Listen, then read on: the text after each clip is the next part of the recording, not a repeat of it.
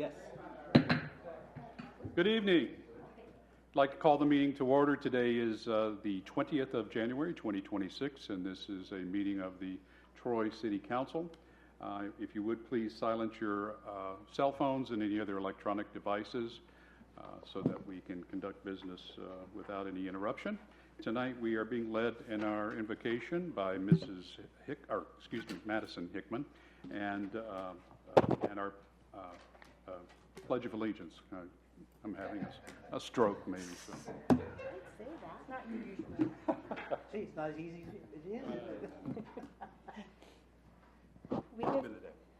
We give thanks for this community and for the opportunity to serve it. We ask for wisdom, clarity, and humility as we make the decisions that impact our neighbors, our city, and future generations. As we reflect on the life and legacy of Dr. Martin Luther King Jr., may we be reminded that service to others, respect for human dignity, and a commitment to justice and equality are responsibilities we all share. May we be guided to listen first, to lead with compassion, and to work toward unity even in times of disagreement.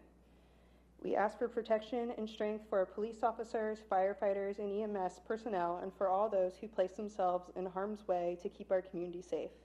Please watch over them and their families. May we carry out our duties with integrity, courage, and genuine desire to serve the common good of this community. Amen. Amen. I pledge allegiance to the flag of the United States of America and to the republic for which it stands, one nation, under God, indivisible, with liberty and justice for all. Thank you, ma'am. Mrs. Knight, would you please call the roll? Ms. Hickman? Yes. Here. Mrs. Marshall? Here. Mr. Phillips? Here. Mr. Sievert? Here. Mrs. Snee? Here. Mr. Twist? Here. Mr. Whidden? Here. Mrs. Westfall?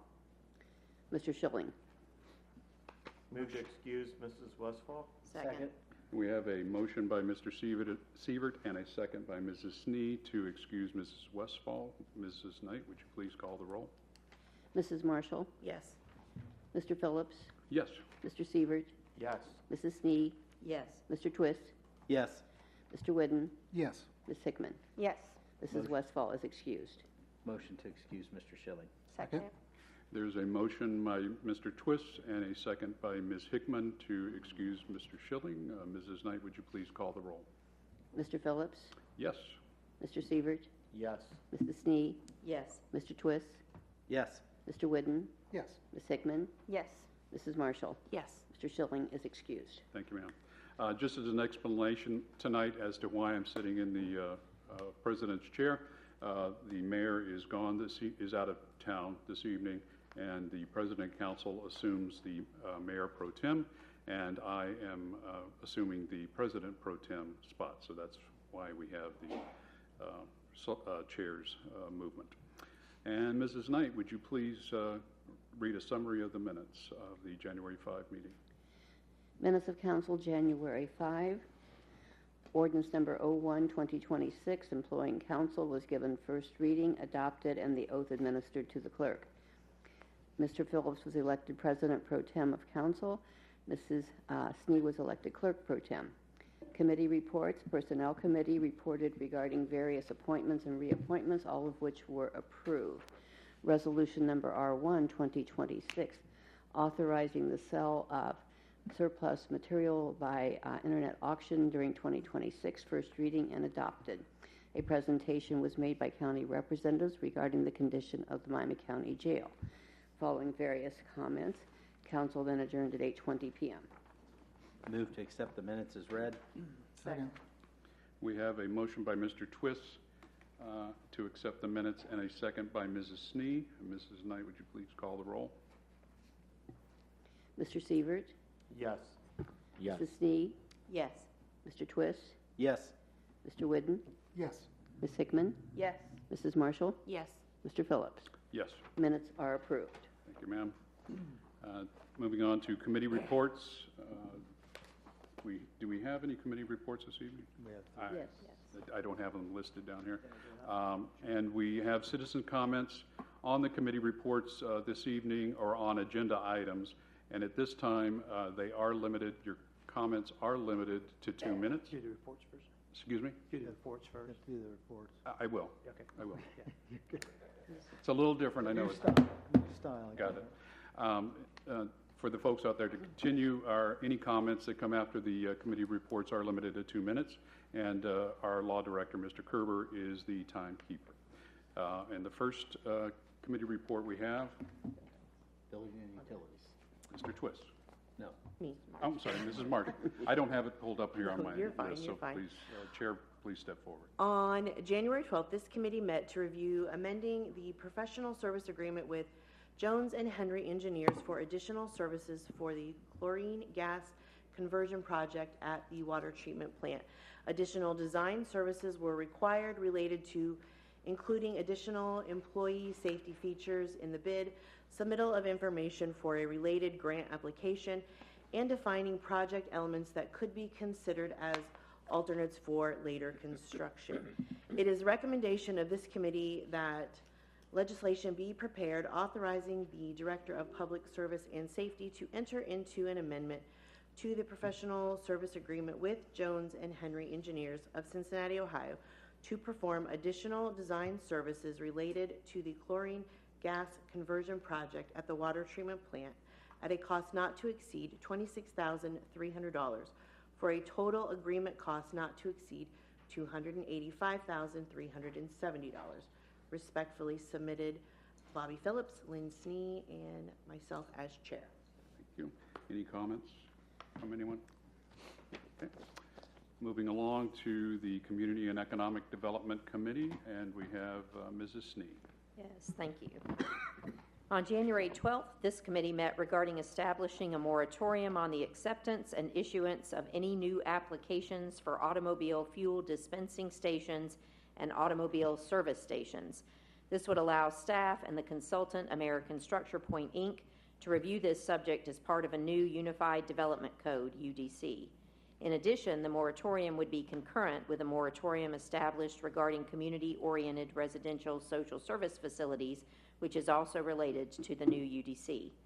It is the recommendation of this committee that legislation be prepared to impose a moratorium through May 30th, 2026, on the acceptance of new zoning applications and the issuance of zoning permits related to automobile fuel dispensing stations and automobile service stations. To avoid further applications until a review can be completed, this committee supports emergency legislation.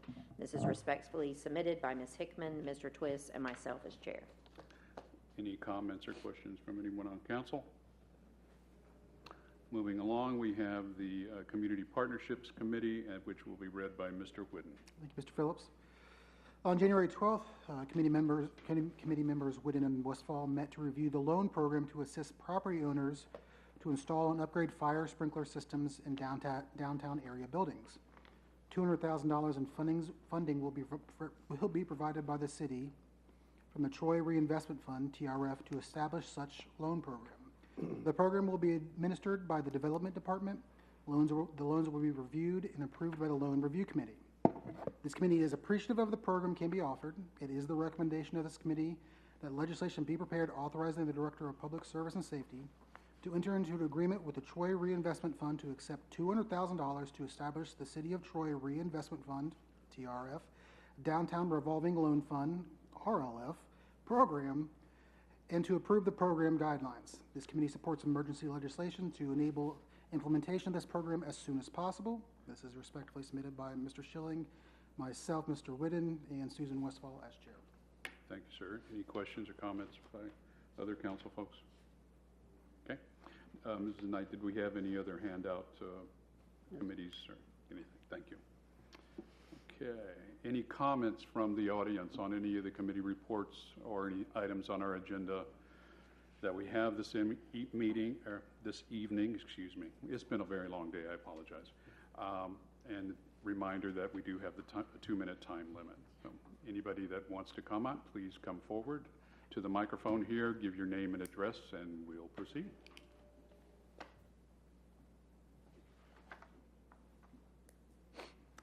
Seeing none, we'll move along. Scroll back up here, just a moment. Moving on to resolutions, Mrs. Knight, would you please read Resolution R2, 2026? Resolution number R2, 2026. Resolution amending Resolution number R31, 2023, as amended by Resolution number R22, 2024. Authorizing the Director of Public Service and Safety of the City of Troy, Ohio, to enter into an amendment to the agreement for professional services with Jones and Henry Engineers Limited of Cincinnati, Ohio, for additional design services for the chlorine gas conversion project at the water treatment plant of the City of Troy, Ohio. This will end up with a total contract of $285,370 with the addition of the $26,300, and this is the first reading. Move to suspend the rules? Second. We have a motion by Mr. Whidden and a second by Mr. Twist to suspend the rules. Mrs. Knight, would you please call the roll? Mrs. Snee, Yes. Mr. Twist, Yes. Mr. Whidden, Yes. Ms. Hickman, Yes. Mrs. Marshall, Yes. Mr. Phillips, Yes. Mr. Sievert. Yes. Move to adopt. We have a move to adopt by Mr. Twist. And Second. a second by Mr. Sievert. Mrs. Knight, would you please call the roll? Mr. Twist, Yes. Mr. Whidden, Yes. Ms. Hickman, Yes. Mrs. Marshall, Yes. Mr. Phillips, Yes. Mr. Sievert, Yes. Mrs. Snee. Yes. Resolution is adopted. Thank you, ma'am. Would you please read Resolution R3, 2026? Resolution number R3, 2026. Resolution authorizing the Director of Public Service and Safety of the City of Troy, Ohio, to establish a Troy Reinvestment Fund Downtown Revolving Loan Fund Program and declaring an emergency. This will be established in the amount of $200,000 for loans as reported on this evening. First reading. Move to suspend the rules? Second. We have a motion by Mr. Whidden and a second by Ms. Hickman to suspend the rules. Mrs. Knight, would you please call the roll? Mr. Whidden, Yes. Ms. Hickman, Yes. Mrs. Marshall, Yes. Mr. Phillips, Yes. Mr. Sievert, Yes. Mrs. Snee, Yes. Mr. Twist. Yes. Move to adopt. Second. We have a motion by Mr. Sievert and a second by Mr. Twist to adopt the resolution. Mrs. Knight, would you please call the roll? Ms. Hickman, Yes. Mrs. Marshall, Yes. Mr. Phillips, Yes. Mr. Sievert, Yes. Mrs. Snee, Yes. Mr. Twist, Yes. Mr. Whidden. Yes. Resolution is adopted. Thank you. Mrs. Knight, would you please read Ordinance 02, 2026? Ordinance number 02, 2026. An ordinance declaring a moratorium through May 30th, 2026 on the processing, issuance, and approval of new applications for automobile fuel dispensing stations and automobile service stations in the city of Troy, Ohio, and declaring an emergency. This was reported on this evening. This is the first reading. Move to suspend. Second. We have a motion by Mrs. Snee and a second by Mr. Twist to suspend the rules. Mrs. Knight, would you please call the roll? Mrs. Marshall, Yes. Mr. Phillips, Yes. Mr. Sievert, Yes. Mrs. Snee, Yes. Mr. Twist, Yes. Mr. Whidden, Yes. Ms. Hickman. Yes. Move to adopt. Second.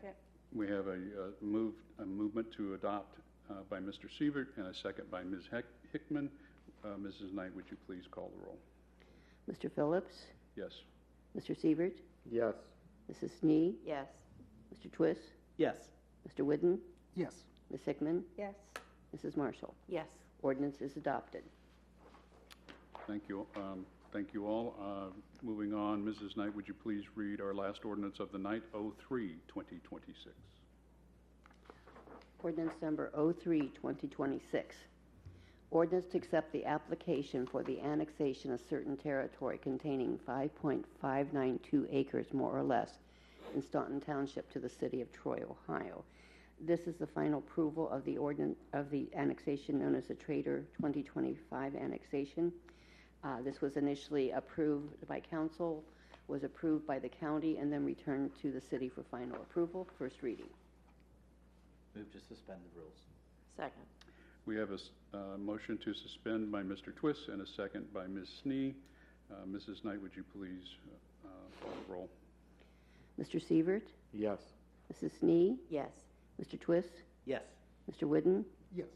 Ms. Hickman, Yes. Mrs. Marshall, Yes. Mr. Phillips. Yes. Move to adopt? Second. We have a motion by Mr. Whidden and a second by Mr. Sievert to adopt the ordinance. Mrs. Knight, would you please call the roll? Mrs. Snee, Yes. Mr. Twist, Yes. Mr. Whidden, Yes. Ms. Hickman, Yes. Mrs. Marshall, Yes. Mr. Phillips, Yes. Mr. Sievert. Yes. Ordinance is adopted. Thank you. Moving into the communications and announcements for the evening, beginning with the Mayor Pro Tem. Mr. Rozell, do you have anything this evening? Just a couple things. Probably by now, everybody knows that we lost another really solid citizen that has helped us out for many, many years downtown, in Parker Bem. His service was yesterday. Parker did a lot of stuff. He had a lot of businesses. He owned 3 bowling alleys. He later on went on to help revitalize downtown and start that and help us to be where we're at. So just keep his family and friends in your thoughts this week. He will be another hole that we need to fill. That's all I have. Thank you, sir. Mr. Titterington, Director of Public Service and Safety. Thank you, Mr. Chair, Pro Tem. A few things to announce. First of all, Community Park. If you try to use the shelter restrooms, they are closed. Not sure exactly when they will reopen, so that's why it says until further notice. Park Department employees are renovating the insides of it. That was part of the budget. Not sure how long that will take. Not sure how much work they were able to do on a day like today, but they are hard at it. February 16th is President's Day. That will normally be a council meeting, so the council meeting will be on the 17th, but we are closed on the 16th, but there will be no change in trash and recycling pickup. Also, we are coming up on our semi-annual cemetery cleanup, and I mention that because the day before President's Day, on the 15th through February 15th through March 14th, is the opportunity for folks to go and clean up their own sites and pull out some of their decorations that they want to retain before our staff would go in starting on March 15th for a month. So I want to keep that in mind, and I will remind everyone at least one more time before that occurs. Next, I wanted to read, I wrote something out so I didn't leave anything out, but I wanted to talk a little bit about the recent property maintenance case that unfortunately resulted in the arrest of a resident on a municipal court, Miami County Municipal Court bench warrant. That incident, it was resolved as quickly as possible with the support of Municipal Court Judge Sam Huffman, the Miami County Sheriff, Mayor Oda, and Councilman Sievert. The complaint began as a neighbor concern in 2024. Staff attempted to resolve the issues informally for several months. Although the city and the county followed all the legally required notifications and other procedures, we always try to review these cases to examine ways that we can improve the process. After all, our goal is trying to get voluntary compliance. To that end, we work with the property owners as much as we possibly can informally, try to help them through the kind of things that need to be done to bring their property up to code. And by doing that, we hope that lessens the amount of stress on the staff, on the neighbors in the neighborhood, on the court system, and of course the property owner. So to that end, as we've reviewed this in the future, in addition to mailing all the correspondence to the required legal address known as the tax duplicate, which is on file with the Miami County offices, We will be including courtesy notifications to any other related address if we're aware of it. That's similar to what we do with landlord-tenant notifications when we have delinquent utility bills. So both entities or both parties will get a copy of that particular utility bill. So if the complaint is related to one address, but the tax duplicate address is at another property, then we will attempt to send notifications to both addresses. The other thing that we've been discussing and will continue to discuss is adding or amending a civil alternative to our property maintenance process in the property maintenance section of the city code. Right now, we only have a criminal option going through the court system, and we'll do that as part of our upcoming UDC, or the rezoning, the overhaul that we're doing there. This change will, and we'll add that as an option to the criminal, because there are certain cases that make more sense for the civil process versus the criminal, and vice versa. That will give us some flexibility. It'll give us some time to work with property owners, and we'll look for the best way to correct their issues quickly, and also satisfy the concerns of the neighbors in the neighborhoods. It should also reduce any burden on the legal system. At least that's the hope.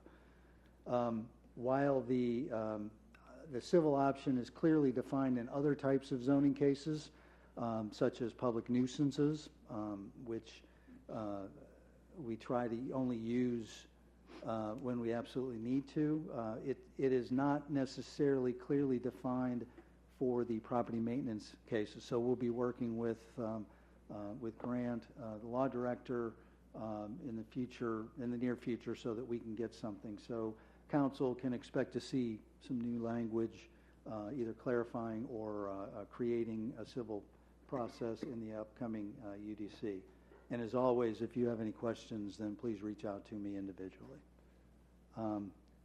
So I'm not going to end on that somber note. The final thing, though, is I do want to give a shout out to one of our city employees, and I don't know if we deliberately left him off the items of interest, but I'm glad we did, because it's a fairly big event.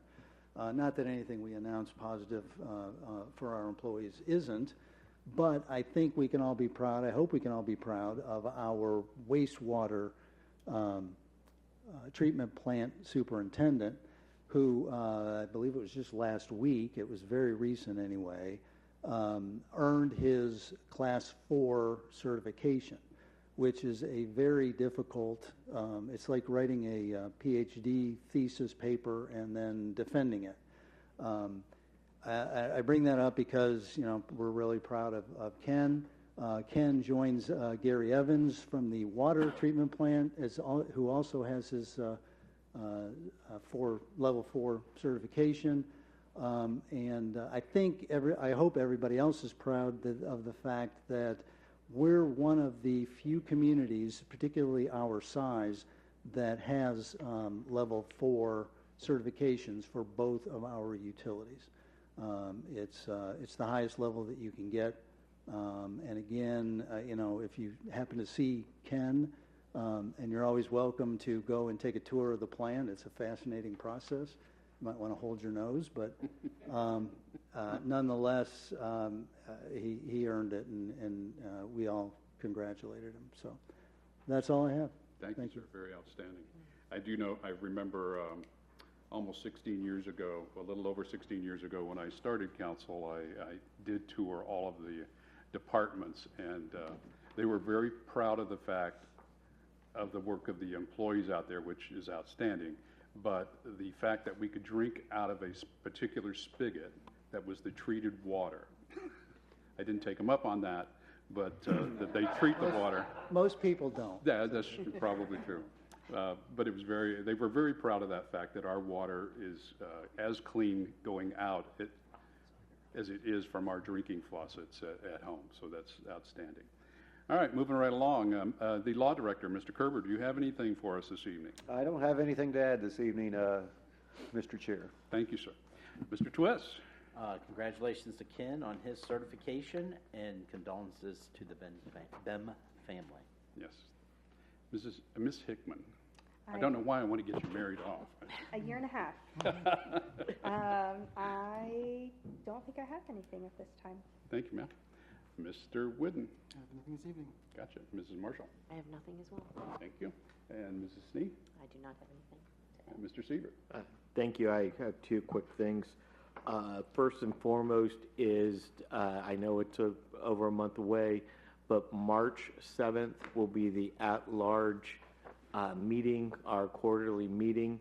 It will be at the courthouse with a tour of the jail, the county courthouse downtown, in the commissioner's office, or the commissioner's meeting room, I guess is the appropriate term, 9 o'clock on the 7th, followed by a tour of the jail. So if you did not see the presentation, haven't seen it on Facebook, or just want to see what all the discussion is about, please come join us at that. I echo what people have said, but I probably had a unique, and this is 2 weekends in a row, or 2 meetings in a row, but I had a unique perspective for Parker Bem. Parker Bem lived across the street from me growing up my entire life. Parker Bem was my father's business partner for a substantial period of time. Parker Bem was my 4-H advisor at the age of 14 when I won state as a woodworking person, building a foosball table. Parker Bem was an individual unlike any person I've ever met. He was afraid of nothing. He would try to accomplish anything. Parker Bem had never skied before. He decided to take everybody in the neighborhood skiing. We all loaded up into his van. We went to Bell Fountain. Parker Bem got to the top of the hill, the largest hill there, took no lessons, no bunny hill lessons, no anything, said, no way in hell I'm going to do this, put his skis on his shoulders and walked toe over toe all the way down the big hill at Bell Fountain. I could not be there. I have reached out. I could not be there on the 19th to recognize him. But if I summed him up in any words, he has been a mentor to me for nearly my entire life. I think we moved out there in 2nd grade. So from 2nd grade on, he would dearly be missed. He did a lot quietly for this community. He did some publicly, but he never meant to do that for accolades. His heart was with Troy, and he will be missed. Thank you, sir. Anyone else? There are no other council folks here. Moving along to staff, any comments this evening?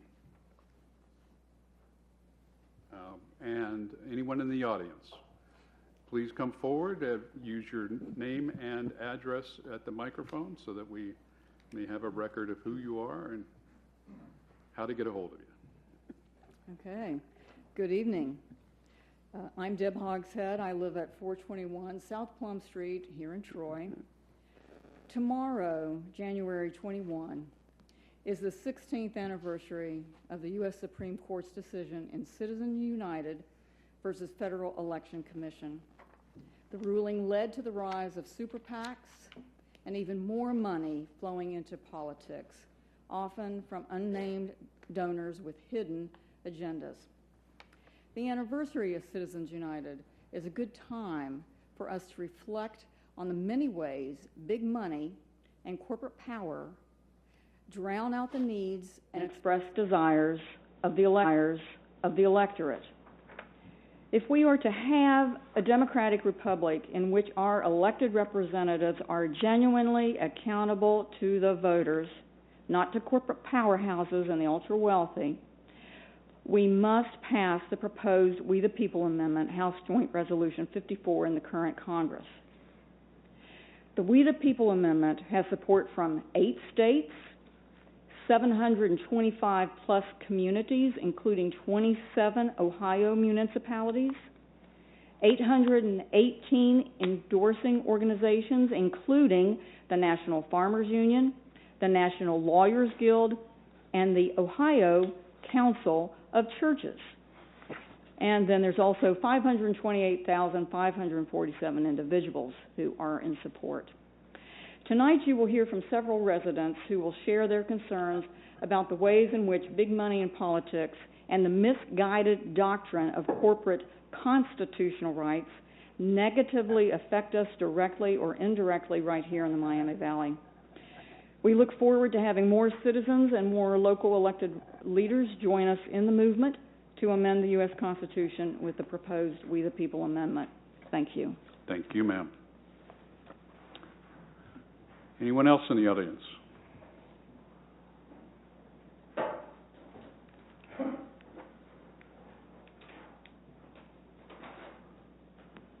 Doug Page, 421 South Plum Street. Yeah, same address. Troy, Ohio. I think we all learned the golden rule when we were young, sometimes over the lap of our father or mother with their hand firmly attached to our rear end.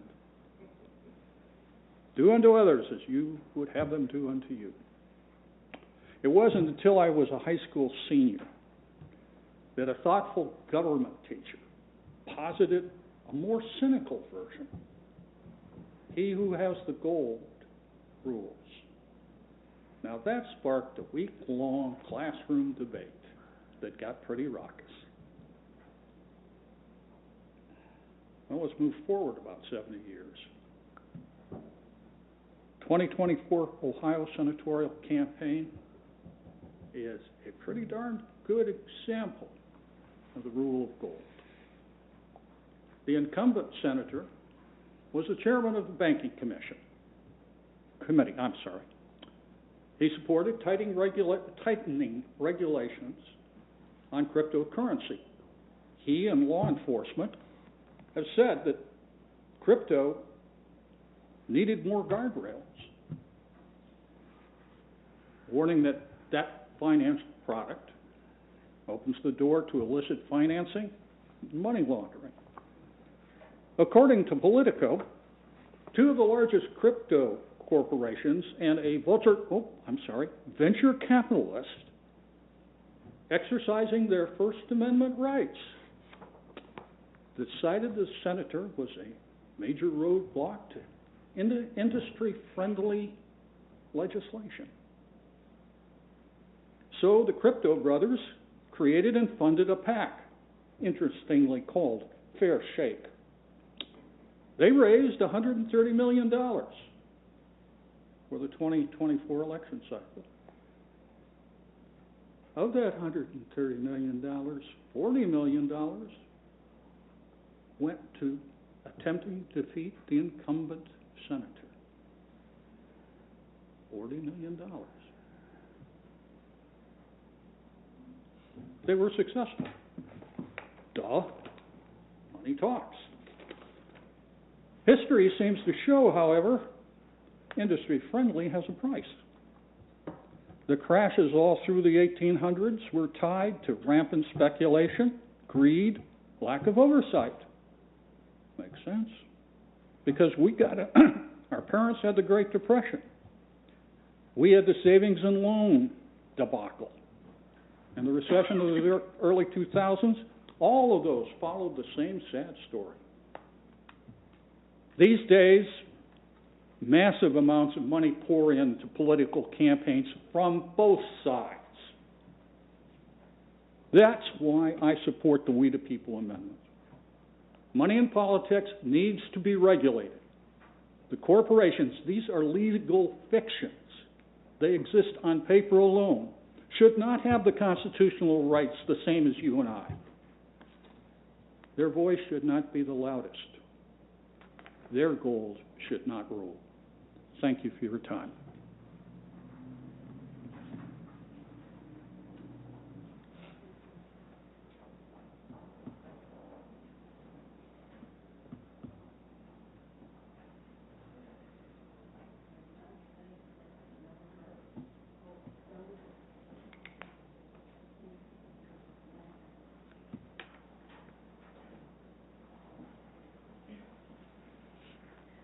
Good evening. My name is Dana Schilling.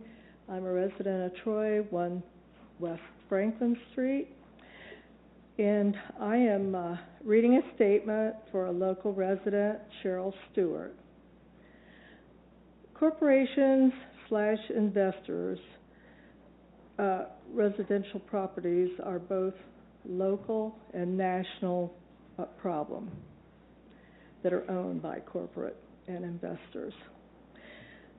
Corporate investor home buying is one of the biggest factors in the shortages of home to rent and buy in this area.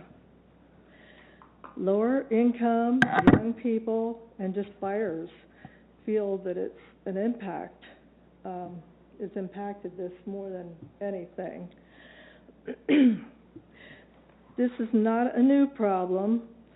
I bought a house 30 years ago and looked for over 2 years to find a home that I could afford and that was in decent condition. The realtor told me then, 30 years ago, that investors were buying up the houses and they were selling them, or they were renting them and flipping them. And it made the market really hard to find a decent house. Corporate home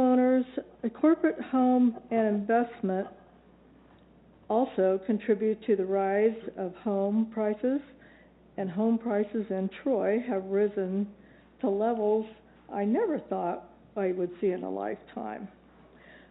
Corporate homeowners also create problems for the current homeowners.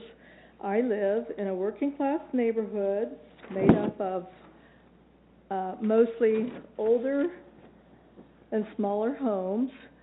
These homes are popular with the corporate home investment people. They are easy to rent, easy to flip, and make a decent profit. I frequently get junk mail with offers to buy my house.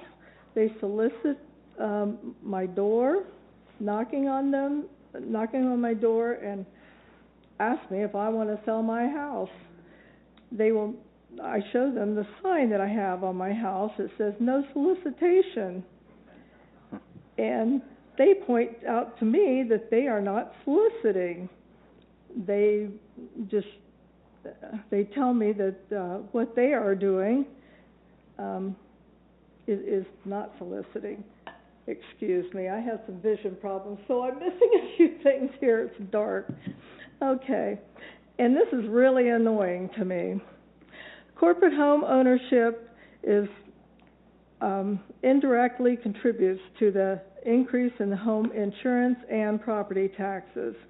The Blackstone Group is a large home leasing and management company and spends a great deal of money on federal campaigns, contributions, and lobbies Congress. I encourage people to support We the People Amendment, House Joint Resolution 54 in the current Congress. Signed, Cheryl Stewart, Troy, Ohio. Thank you, ma'am. Thank you.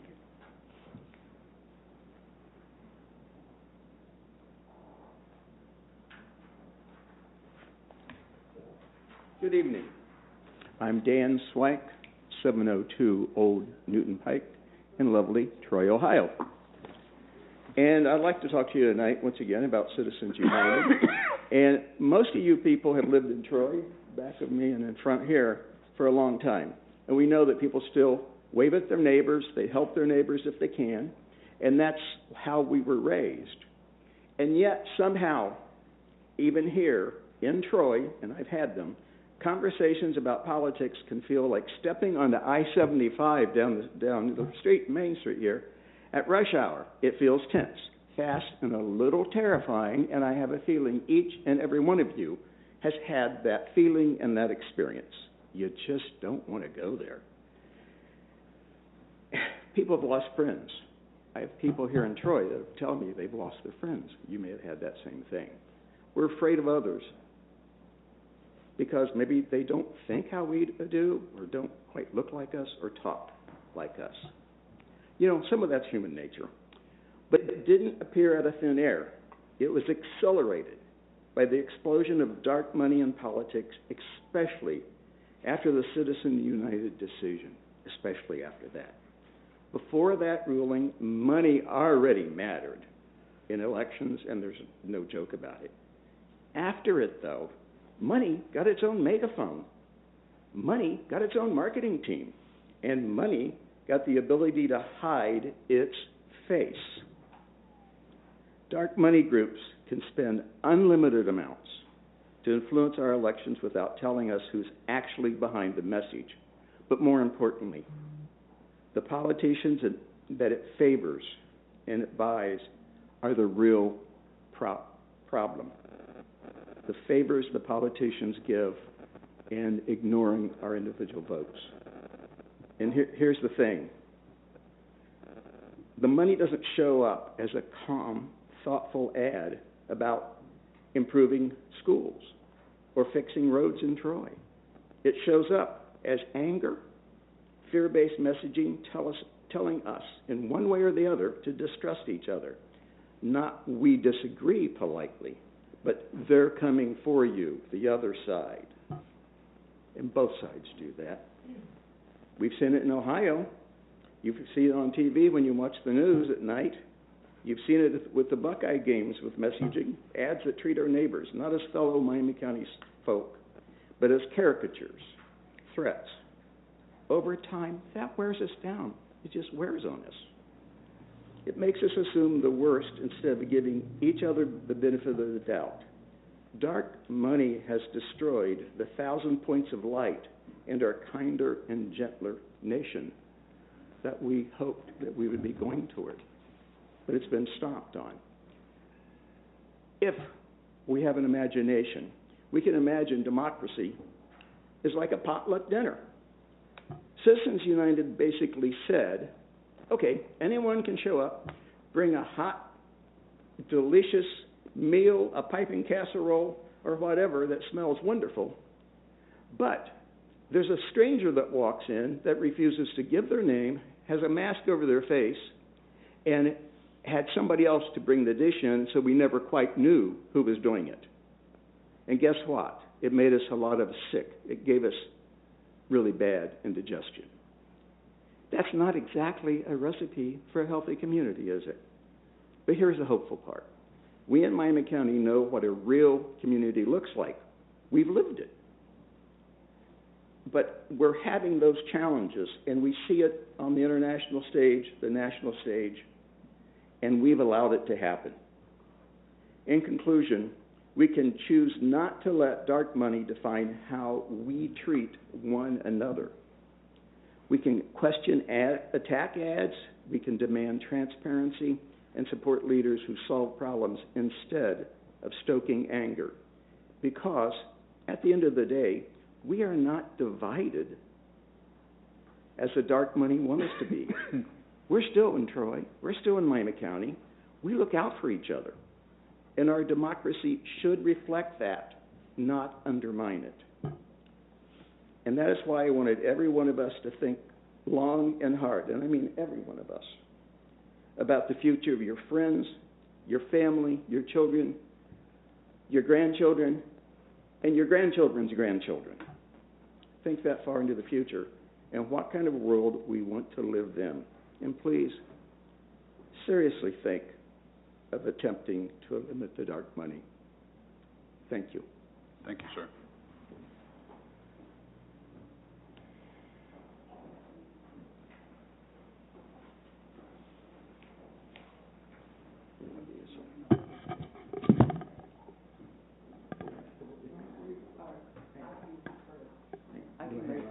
No, I can. Okay, put it here. Bend it down. Yep. Thank you.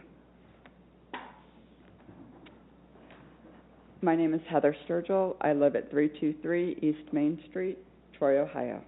I'm sorry, your last name is? Sturgill. Sturgill, thank you. Yes, sir.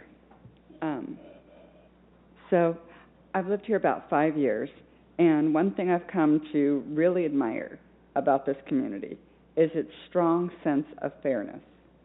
When people see something that feels wrong, they don't shrug it off. They want to fix it. That's why I want to talk about something that isn't just a single city issue, but affects every local issue we care about. The damage the Citizens United decision has done to our democracy by expanding the idea of corporate personhood. For over a century, corporations have pushed the idea that they are people under the Constitution. But Citizens United took that to a dangerous new level by saying that corporate spending is protected free speech. Corporations now enjoy many of the rights of real people without facing anything close to the same consequences. And we've seen that right here in Ohio. First Energy, now called Energy Harbor, was at the center of the largest bribery scandal in Ohio history. Individuals went to jail, or may still, but the corporation itself survived, rebranded, and continued to receive lucrative contracts, even from local communities like Troy. There is no corporate jail, no corporate death penalty. At worst, there's a fine that gets treated as a cost of doing business. And now we're watching it happen again with Norfolk Southern.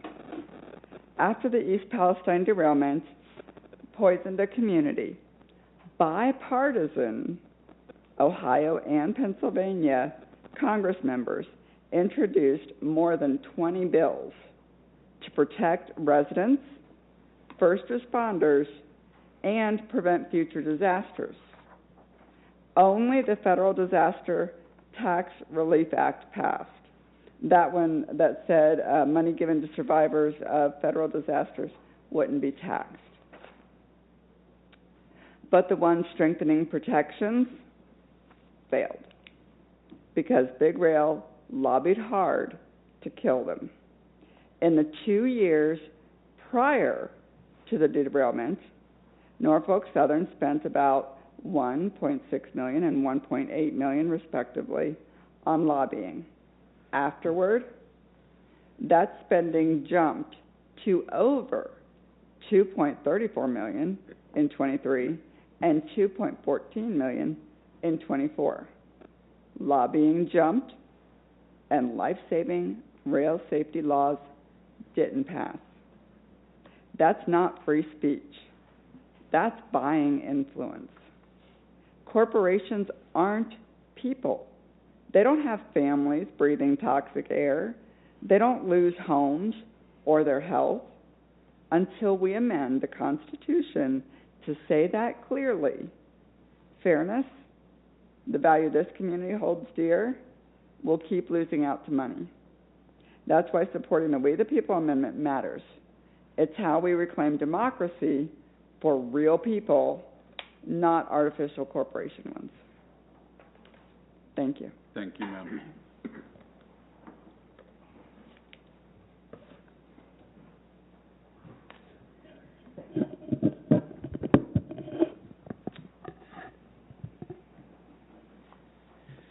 Good evening, Bradley Barringer, 105 Crestwood Drive.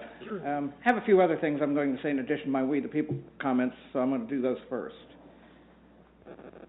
Each of you in this room, when you ran for office, you didn't accept any money, did you? If not, very little. But I can tell you there are people that run for office that take millions and millions and millions of dollars from these super PACs. And they use them in ways which would affect each and every one of us in this room. Case in point, how many of you remember the issue 1 that was put on the ballot back in August of 2023? Do any of you remember that? That was a ballot issue which, if passed, would have increased the threshold for citizen-initiated constitutional amendments in the state of Ohio from a simple majority of 50% plus 1 to 60%. Now, one thing I bet you didn't know is the amount of dark money that was poured into that. It was proposed under the guise of protecting our Constitution from billionaire out-of-state interests. But who was on both sides of it? Billionaire out-of-state interests. One of which I can tell you is a gentleman by the name of Richard Julien. Now, how many of you know who that is? Anybody? Anybody? Jeff? Who is he? He runs, this isn't a question and answer, but he owns the industrial. Mr. Barry, Yeah, I'm address- just asking this part of my speech, Mr. address the chair. Okay, well, you're right. Uline. Yes, yes. Sorry, Mr. Phillips, I wasn't trying to break the rules, I just, Thank you, sir. Thank you. You're right. He is the owner of Uline Shipping Industries, and he poured millions of dollars into the no side on issue 1. And he's from Illinois. Now, if you think about it, it's been said here tonight, corporate personhood goes back a lot further than the Citizens United decision. It goes right back to the mid-1800s with Jay Gould, Andrew Carnegie, John D. Rockefeller, some of these big, what they called robber barons at that time. And if you didn't have money, you had to go see one of the biggest bankers in this world. In fact, the Panic of 1907 was broken by a banker, J.P. Morgan, when nobody else could do it. Money, the old saying is, money talks and you know what walks, which I won't say the real word in here for sake of decorum. I support the We the People amendment for that reason. It is said that several communities in the state of Ohio have already passed resolutions, and I am asking this council to consider a resolution in support of H.J. Res. 54, the We the People amendment, because we need to let our Congress know that dark money is not going to invade this city's politics or this county's politics. I'm not saying that it has, but it could. And we need to take a firm stand on this matter, and if we don't, who will? Now that's my comments about We the People. So I'm going to take my pin off here and shift into a little bit of a few other things here that I wanted to comment on tonight. First of all, I want to talk a little bit about Parker Bem, who I had the pleasure of knowing for many years. He actually built the house that I live in out on Crestwood Drive. He's a very well-known builder, and I'm sure he probably built a lot of people's houses in this community at one point or another. Great guy, larger than life. You knew when he was in the room. If you didn't see him, you heard him. Am I right, Todd? Yes, sir. He was a great man, and I had the opportunity to go to church with him and his wife and his family at the Church of the Brethren, where he was a youth leader, led several of the youth groups there, did a fine job with them. And, you know, a lot of you have touched on what he's done for this community, and I'd say he will be sorely missed, and I will keep Jane in my thoughts, and Heather and Andy. And last but not least, Mr. Titterington touched on this. I was going to tonight, but I just have a few questions regarding the property maintenance situation. I've read Civic Capacity, several of the articles about that, and I think they're more factual than what was said at the outset. One of the things I'd like to know is, Mr. Titterington, through you, Mr. President, if I do it correctly here, through you to Mr. Titterington, do the records exist regarding this matter? Because according to Mrs. Knight, in response to a public records request, they do not.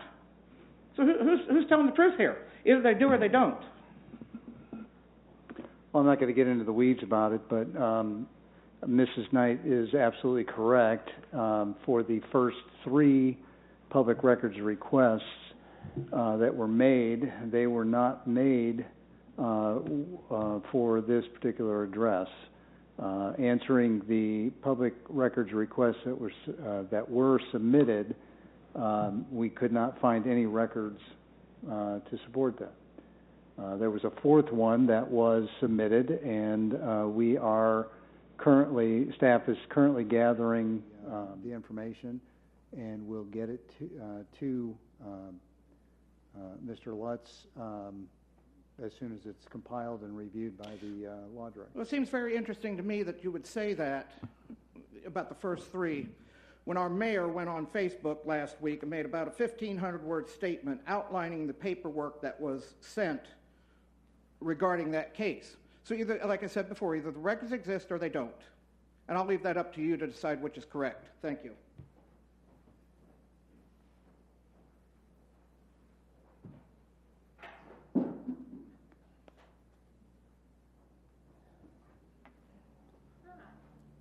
I'm Katie Kaler-Wagner, 2955 Hickorywood Drive.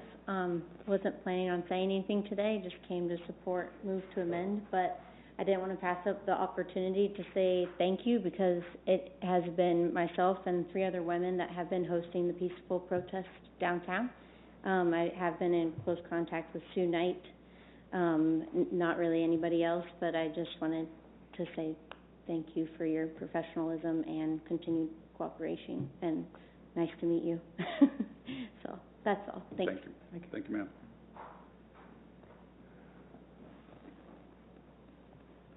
Anyone else?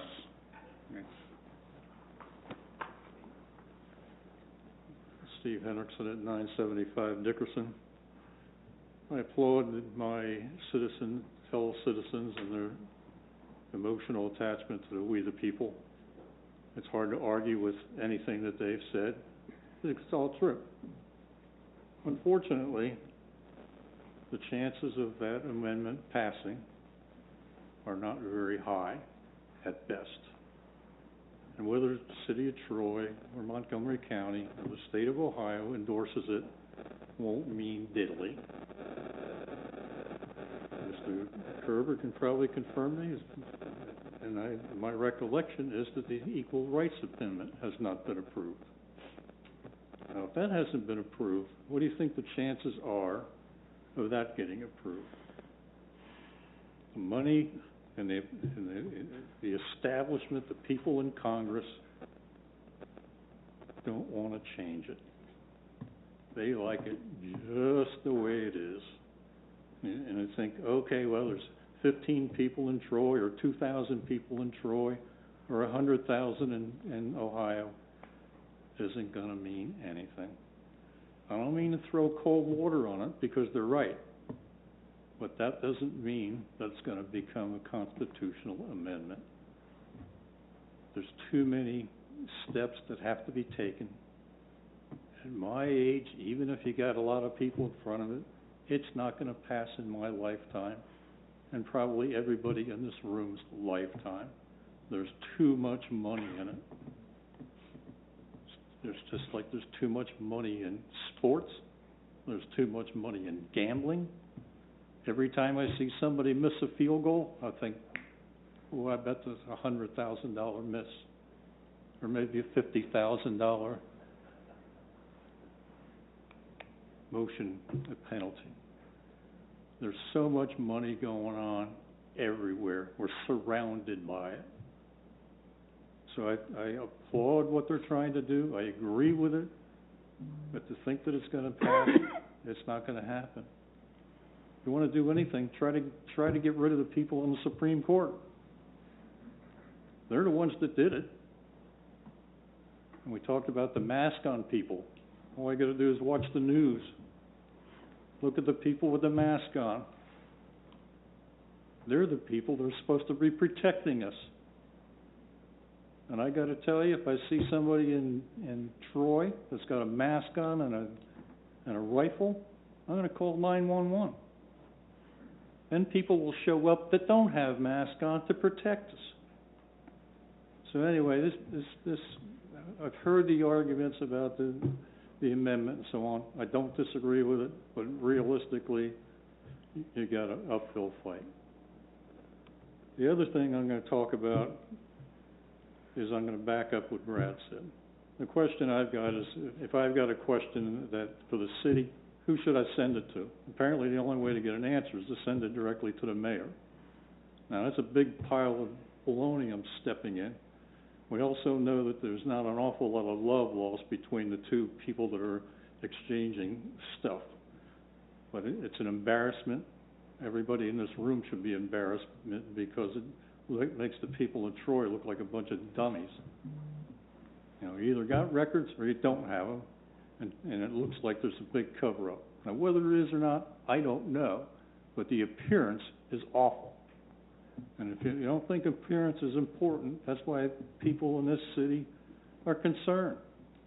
They don't know what's going on for sure. Who do we trust? That is a basic problem. If you can't trust folks, then you wind up people like that. We can't afford that. We can't afford having fighting. Don't believe anybody. There's no reason for that. It's a simple questions. Anyway, I don't have anything else, but thank you very much for your time. And I applaud my neighbors for trying to get an amendment, but I think good luck. Thank you. Thank you, sir.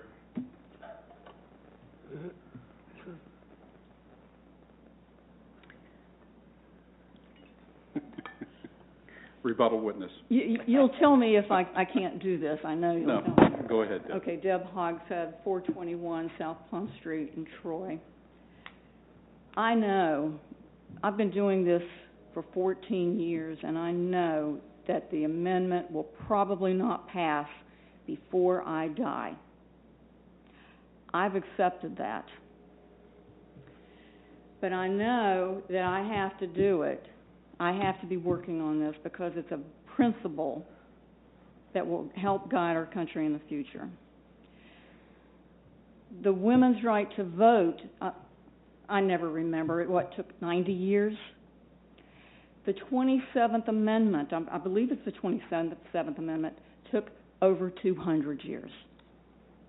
The 27th Amendment, if I'm getting it right, and sometimes I get these things mixed up, but the 27th Amendment had something to do with if Congress voted for a pay raise, it did not become effective until the next session or the next Congress, and that took 200 years. That was in the original Bill of Rights, and it wasn't ratified until a college student, challenged by his professor that he couldn't do it, wound up getting the rest of the states, the total 38 needed to pass that resolution. This is something that we often hear people say that it's unrealistic, it's going to take too long, and it will take long, and it will take a lot of people pushing. And I think we're seeing right now in this country just how much money is flowing around and how it is influencing decisions that affect us. And we can particularly see it right now with the data center that's proposed in Piqua and in Sydney and elsewhere in Ohio. Big money has a big influence on that. There was something else I wanted to say, and now I've lost my train of thought. But, oh yeah, there are other things we can be doing in the meantime to try to get money under control. And in fact, in the state of Montana, they have something called the Montana Plan. I still need to read more and research about it, but basically in a nutshell, the Montana Plan says that you can control what a corporation does by changing the way you charter corporations in your state. And you can say, through a charter, a state charter, that nope, you guys can't play in politics. So that's one way of getting corporations out of it, and it's something that other states may follow. In fact, Move to Amend, which is a national, nonprofit, nonpartisan coalition of hundreds of organizations and thousands of people. We are looking at that and seeing if we can get involved with that in different states. So there are things that we can do in the meantime, and it will be hard, but this country has done it before. We've passed resolutions that have taken a long time, and a lot of times we've passed them in bundles, like the Civil War amendments. So that may be what we have to do now, is for us to work with other groups that are working on other types of democracy-related issues, and have a package that ours might go along with. But I don't want people to be discouraged. We can, it just will take a long time, and it will probably be after I'm dead. So anyway, thank you for letting me make a few additional comments, and I really appreciate your time. And I appreciate your comment, too. Thank you very much. I knew you would be brief. Anyone else? I just wanted to add a comment to Mr. Page's analogy that he brought. My dad used to say he would apply the Board of Education to the seat of understanding, which was very apropos for the time when I was a child. So is there anyone else that would like to come forward? Last call. All right, right now, we are going to adjourn, after I get a motion, a second, and a vote, to go into executive session. We will be there for some time. You are welcome to attend, but I have no idea how long that executive session will. Stay, not attend. I'm sorry, stay. I'm sorry. Long day. I'm sorry, yes, you are not welcome to attend for legal reasons, but you are welcome to stay here. Again, I don't know how long it will be, and then we will come back in, reconvene, and then we will adjourn immediately after that. There will be no further business. So, other than that, we are adjourned. Thank you all for attending. No, wait, you need your motion. I'm sorry, we're going to recess. Give me a motion. Someone? I'll move. I move that we go into executive session for the purposes of conferring with legal counsel regarding pending or imminent court action. Second. And I have a motion by Mr. Sievert and a second by Mrs. Snee. Mrs. Knight, would you please call the roll? Mr. Twist? Yes. Mr. Whitten? Yes. Ms. Hickman? Yes. Mrs. Marshall? Yes. Mr. Phillips? I'm sorry, I missed it with the noise. Yes. Mr. Sievert? Yes. Mrs. Snee? Yes. Motion is approved. Okay, we need a motion to reconvene. So moved. Second? Second. We have a motion and a second by Mr. Sievert and Mrs. Snee. Mrs. Knight, please call the roll. Mr. Whitten? Yes. Ms. Hickman? Yes. Mrs. Marshall? Yes. Mr. Phillips? Yes. Mr. Sievert? Yes. Mrs. Snee? Yes. Mr. Twist? Yes. Motion is approved. Move to adjourn. We are adjourned.